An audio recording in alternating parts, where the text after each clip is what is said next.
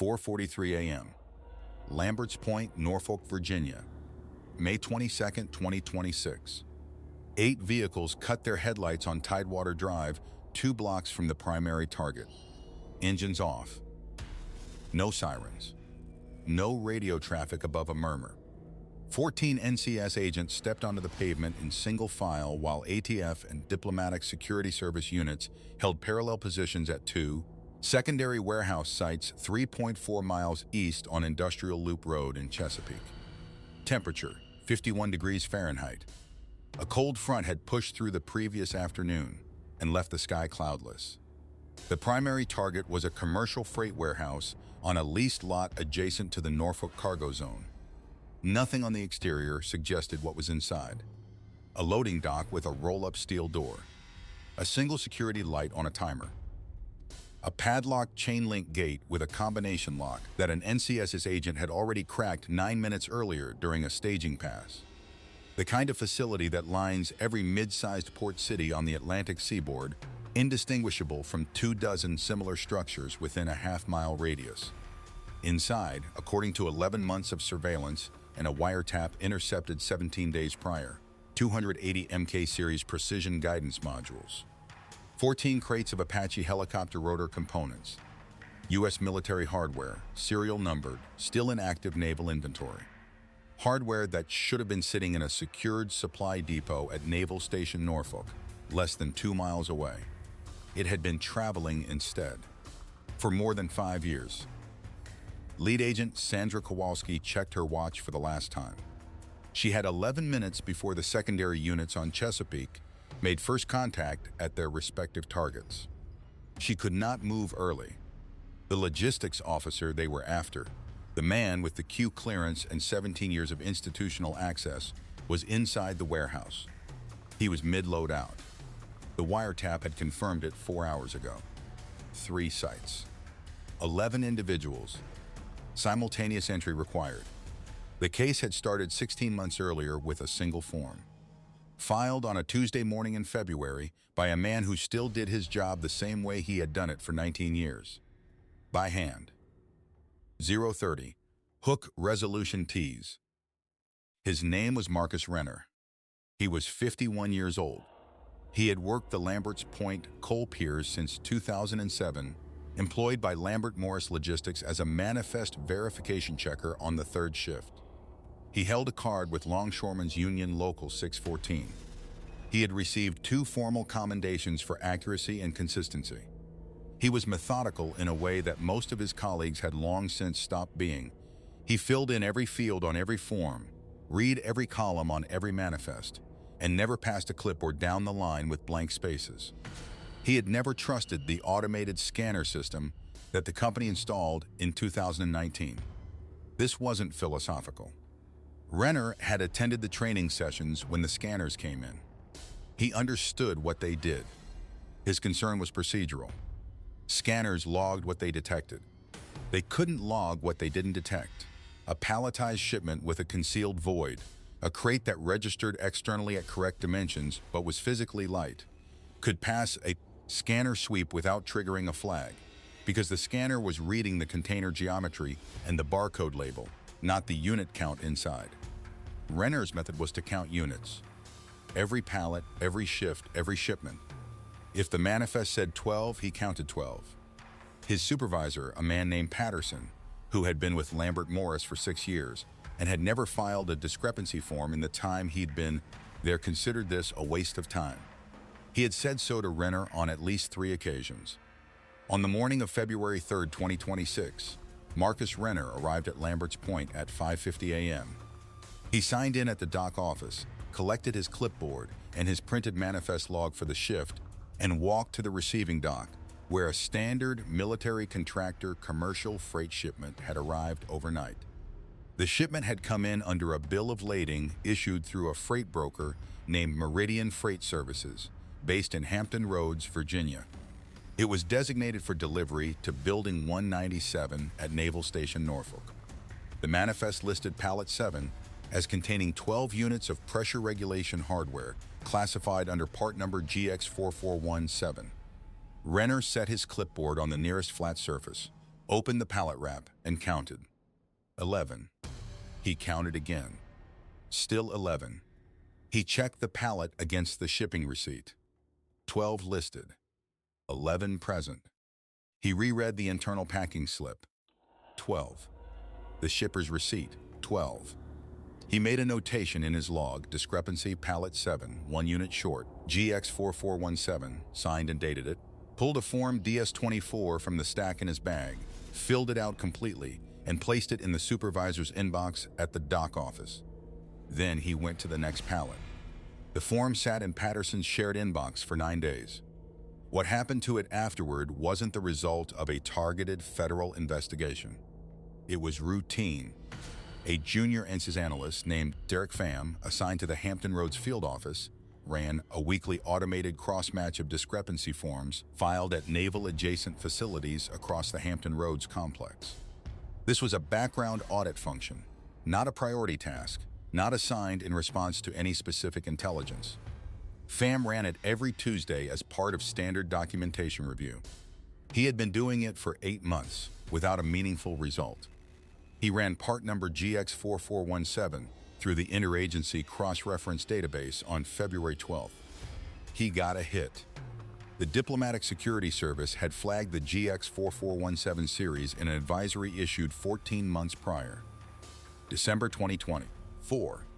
The advisory identified the component class as consistent with MK series guidance module subassemblies that had surfaced in intercepts related to Iranian defense procurement through a third-party brokering network operating out of Limassol, Cyprus. The advisory was classified at the confidential level. It had not triggered an active investigation at the time because no U.S. sourced units had been confirmed missing from domestic inventory at any Hampton Roads facility. The discrepancy form changed that. Pham forwarded the cross-match result to his supervisor, Special Agent Renata Garza, with 3 lines of annotation. Possible inventory diversion. Hampton Roads recommends secondary review. Garza elevated it the same afternoon. By the end of the week, a 3-person NCS team had been assigned to determine whether the missing unit was a data entry error or the surface of something larger. Within 3 weeks, they had their answer. It wasn't a data entry error. Retention point. 4 stakes bend. To understand what that team found, you have to understand how Lambert's Point sits within the broader logistics architecture of Norfolk Naval Station. Naval Station Norfolk is the largest naval installation in the world by surface area and operational throughput. It handles an extraordinary volume of supply chain activity year-round, components moving between vessels and depots, maintenance inventory cycling through multiple handlers, parts allocated and reallocated across active units. The scale of this activity creates a practical requirement for civilian freight intermediaries. Not every component moves through secure military channels. Some moves through commercial freight under controlled documentation, licensed brokers, cleared intermediaries, standard commercial manifests with military reference line items. This is normal. It is audited. It is regulated by multiple overlapping frameworks under the International Traffic in Arms Regulations. It is also, as the man behind this operation had recognized, a system with seams. The pipeline that the NCIS team began mapping in February 2026 had been running since at least late 2021, possibly earlier, but the reconstructed transaction record begins there. It operated through a shell freight broker registered in Hampton Roads under the business name Meridian Freight Services. Meridian wasn't entirely fake. It had a legitimate registered address on Commerce Street in Suffolk, a functioning website updated quarterly, a commercial freight broker license in good standing, issued by the Virginia Department of Motor Vehicles Carrier Division. 4 real employees with legitimate employment histories in the logistics sector. It processed approximately 35 to 40 legitimate commercial freight transactions per month. Agricultural equipment, industrial machinery, standard cargo with nothing irregular about it. Underneath that surface ran a secondary operation averaging 1 to 2 transfers every 2 to 3 months. Smaller in volume, methodical, time to periods of higher than average throughput at the naval supply depots, when additional manifests wouldn't stand out against the baseline. Inside, it worked like this. Military-grade guidance modules and helicopter components were drawn from naval inventory through what appeared on paper to be routine redistribution, transfers, components rerouted for refurbishment, reallocation, or maintenance support at a licensed defense subcontractor in Hampton Roads. That subcontractor was real. It held the appropriate facility clearances. Its personnel were unaware their credentials, and billing addresses were appearing on Meridian's routing documentation, making the transfers look like they were moving through proper channels. The components never went to the subcontractor. They went to a warehouse on Industrial Loop Road in Chesapeake. At that warehouse, a small team, never more than 3 to 4 individuals on site simultaneously, stripped the components of their military identification markings, relabeled them as agricultural machinery control units, packed them in commercial foam crating, and attached Meridian Freight Services shipping documentation identifying the cargo as industrial control hardware for agricultural export. The reclassified cargo then moved through standard commercial freight channels to the port of Hampton Roads, where it was loaded onto container vessels bound for the eastern Mediterranean. The transshipment point was Limassol, Cyprus, a port with a decades-long operational role as a hub for gray market cargo. There, the containers transferred to a Greek-flagged tramp freighter named the Herakles Manto. The vessel operated irregular routes through the eastern Mediterranean and the Persian Gulf under the flag of convenience of a Cyprus-registered shipping company that interagency records would later identify as controlled by Iranian procurement intermediaries. From the Herakles Manto, the cargo transferred at sea and at intermediate ports in the region to Iranian-controlled vessels. Over approximately 5 years, 280 Mk series precision guidance modules, 14 crates of Apache helicopter rotor components. The street-level logistics of this operation were sophisticated. The documentation wasn't.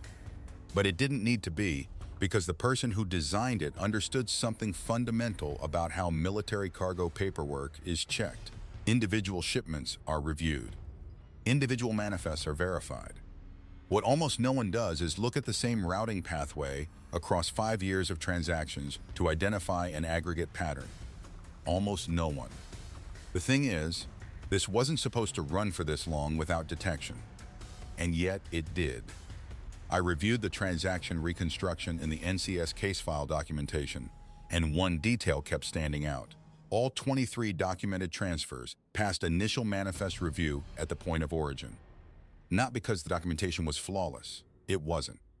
An experienced logistics analyst examining any one of them closely would have found inconsistencies worth questioning. But no one examined them closely. Each document was reviewed once, in isolation, by whoever happened to process that particular freight that particular day.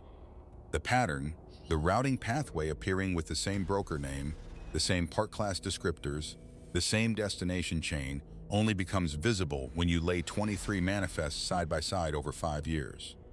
No one did that until February 2026. It didn't survive because it was clever. It survived because nobody designed the system to look at itself across time. The man behind it had a name. Microfinal 1N, one missing unit identified, but who authorized moving it in the first place? That question had an answer, and it came from an unexpected direction. The Treasury Department Financial Intelligence Trace, initiated on February 19, 2026, 16 days after Renner filed his discrepancy form, followed wire transfer records from a series of Meridian-adjacent financial accounts. Analysts identified an intermediary account routed through the Cayman Islands to a Delaware-registered shell company. The shell company had a registered agent at a commercial address in Wilmington. Among its listed officers was a name that appeared in Naval Station Norfolk personnel records. Lieutenant Commander Harold G. Vance. Date of birth, March 17, 1978. Current assignment, Senior Logistics Officer, Naval Station Norfolk Supply Command.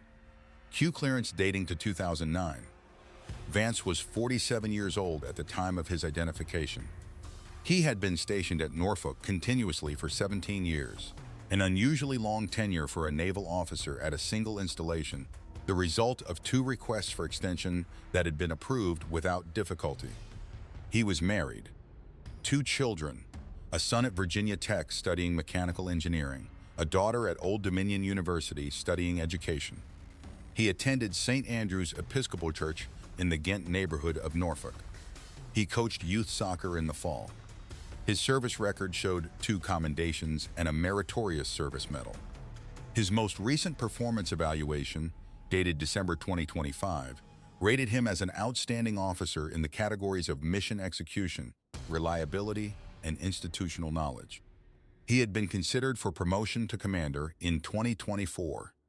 The promotion was deferred pending a routine administrative review that had flagged a minor discrepancy in his duty records from a period in 2022, an unexplained absence logged as administrative leave that didn't match the corresponding paperwork.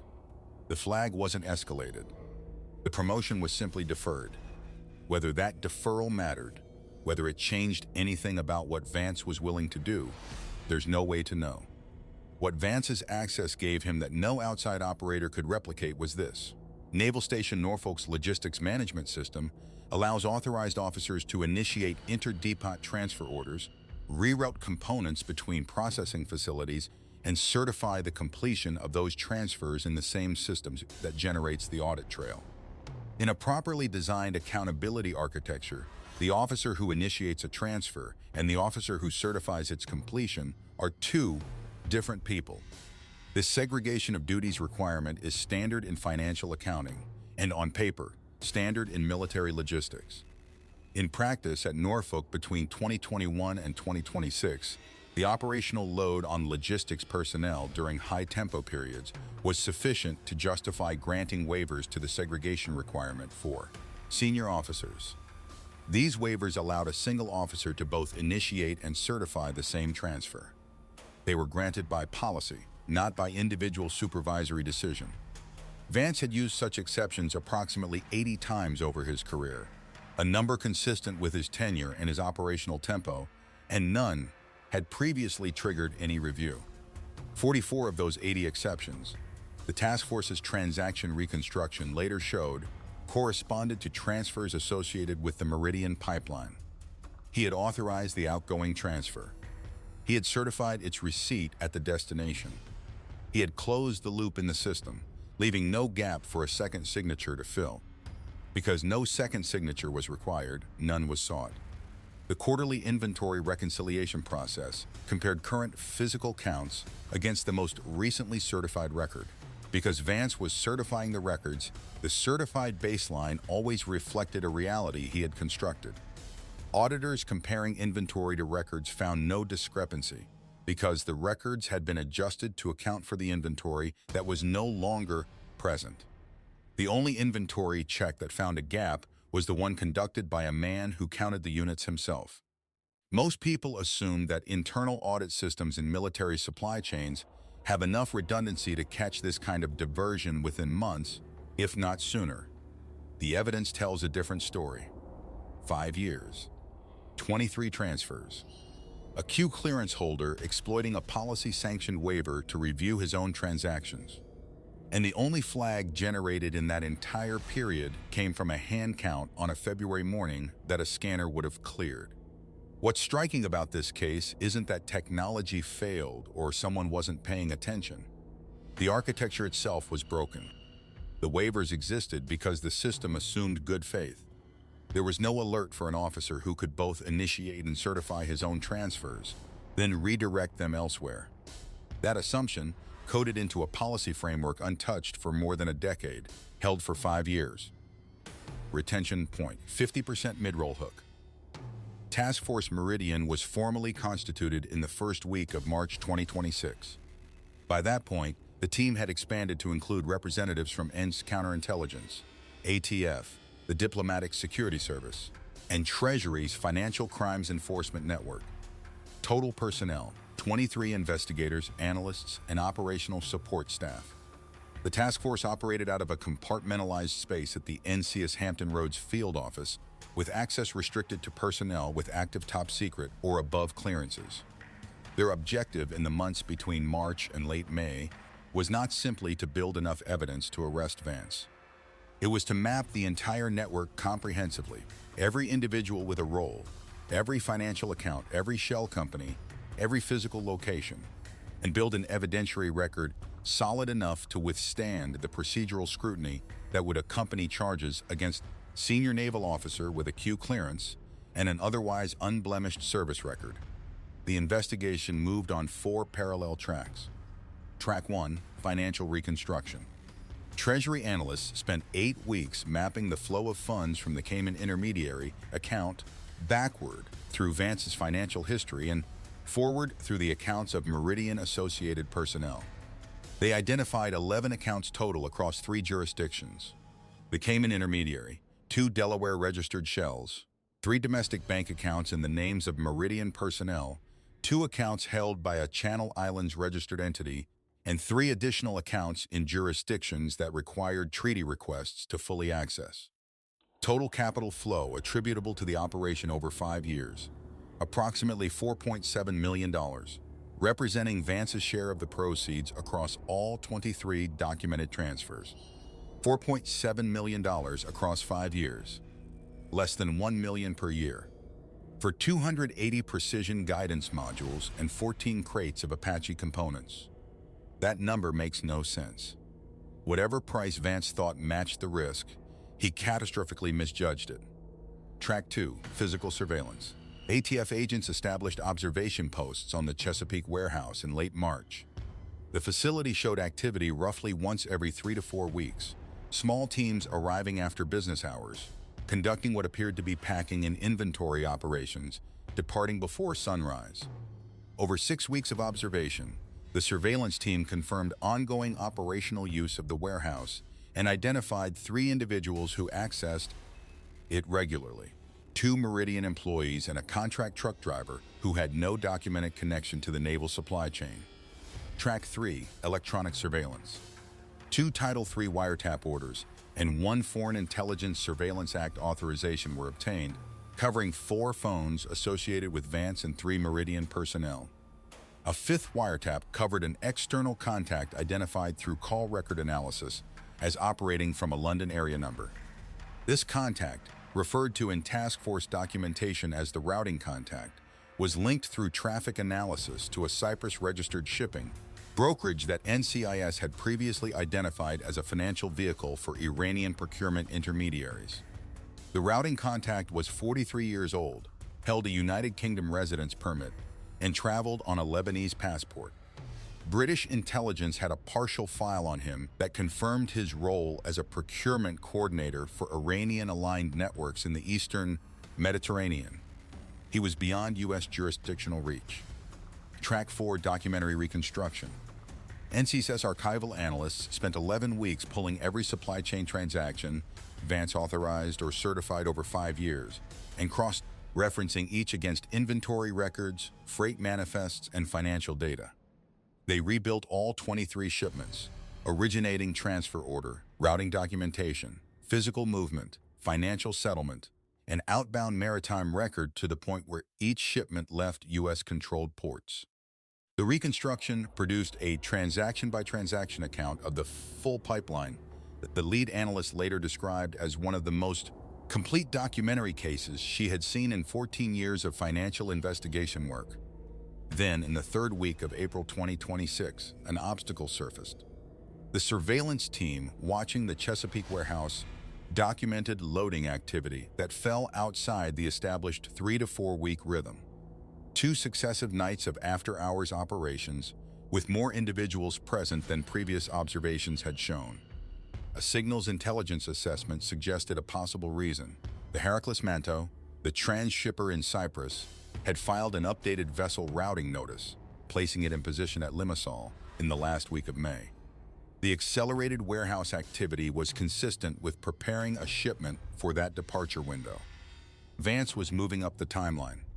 The task force supervisor, William Cho, a 17-year SANS counterintelligence veteran, convened an emergency assessment on April 21st. The task force had 2 options: execute immediately with an evidentiary record that covered 10 of 11 relevant individuals but had not yet physically connected the 11th.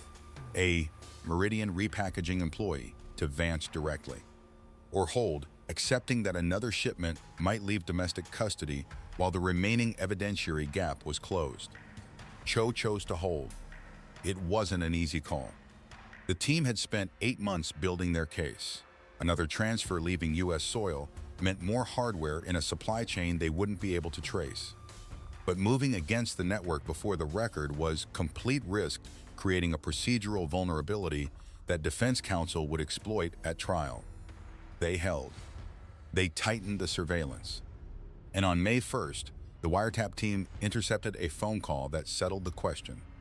Vance spoke with the London-based routing contact for 9 minutes. The recording was clear. Quantity confirmed. Packing specification confirmed. A loading date confirmed. May 22nd. Final loadout at the Chesapeake facility.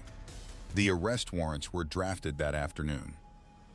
Mara Microfinal 2 end, the date is set, but a new problem emerges 3 days before the operation that puts the entire timeline back in question. From May 1st to May 22nd, Task Force Meridian conducted operational planning under strict compartmentalization.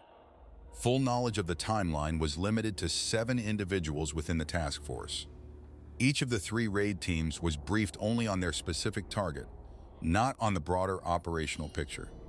This was a deliberate security measure.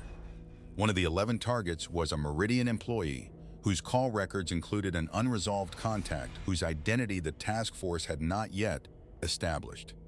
The possibility that an additional unidentified individual had some awareness of the investigation couldn't be ruled out. Kowalski, leading the primary team at Chesapeake, reviewed the warehouse floor plan 7 times in the 10 days before the operation.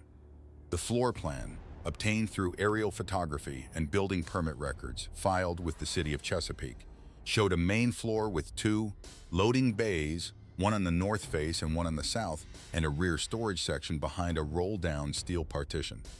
A raised office was positioned above the north bay, accessible by a metal staircase from the main floor. If Vance was in the rear storage section during entry, the team needed to control both loading bay entrances simultaneously to prevent any movement toward the south exit. That required splitting a 14-person entry team into 3 elements: primary through the north bay, secondary through the south bay on a 4-second delay, and a perimeter element outside. The sequencing was practiced 3 times in a mock-up. Then, 72 hours before the operation, a routine corporate registry check flagged something unexpected. The lease on one of the 2 secondary Norfolk warehouses, both held through Meridian shell entities and used for documentation and minor finishing operations, had been transferred to a new corporate entity that appeared in none of the task force's financial mapping. The transfer had been filed with the Virginia State Corporation Commission 6 days earlier. The new lessee was a company name that had not appeared in any of the 11 months of transaction reconstruction. Either Vance had taken a precautionary step, moving the lease in response to some level of awareness that the operation was under scrutiny, or the network extended to a participant the task force had not identified. Kowalski escalated immediately to Cho. The analysis question was clear. Did this change anything about the execution plan? If the new entity represented an unknown network participant, moving against 3 known sites without simultaneously addressing a 4th could create an escape route. If it was a paper move, an administrative reshuffling to create procedural distance between Vance and the asset, then proceeding as planned was correct. Cho's team ran an emergency assessment over 4 hours. The registered agent for the new corporate entity traced to a commercial law firm in Roanoke that routinely handled basic small business filings. The firm had no other connection to any individual in the task force's network. The timing of the filing, 6 days after the surveillance team had documented the accelerated warehouse activity, was consistent with a reactive, protective measure rather than a planned network expansion. Cho made the call, proceed as planned. Would you have made that same call? Proceed with an incomplete picture, an unresolved entity, a potential gap in the coverage, with an 11-month investigation on the line? The team had a closing window, a confirmed loadout date, and a warrant signed. There was no clean answer. Holding for another 48 hours meant the possibility that the shipment moved. Moving meant the possibility that someone slipped through. The operation moved on the night of May 22nd, 4:43 a.m. Kowalski's primary team breached the Chesapeake warehouse through the main loading dock using a hydraulic ram on the roll door mechanism. 4 seconds from contact to entry. The door came up. 2 columns moved through simultaneously, 7 agents through the North Bay, 5 through the South Bay on a 4-second delay. Interior illuminated by 2 tracks of fluorescent work lights on the ceiling. 3 individuals were in the rear storage section. 1 stood at a work table beside an open crate, hands on the packing material inside.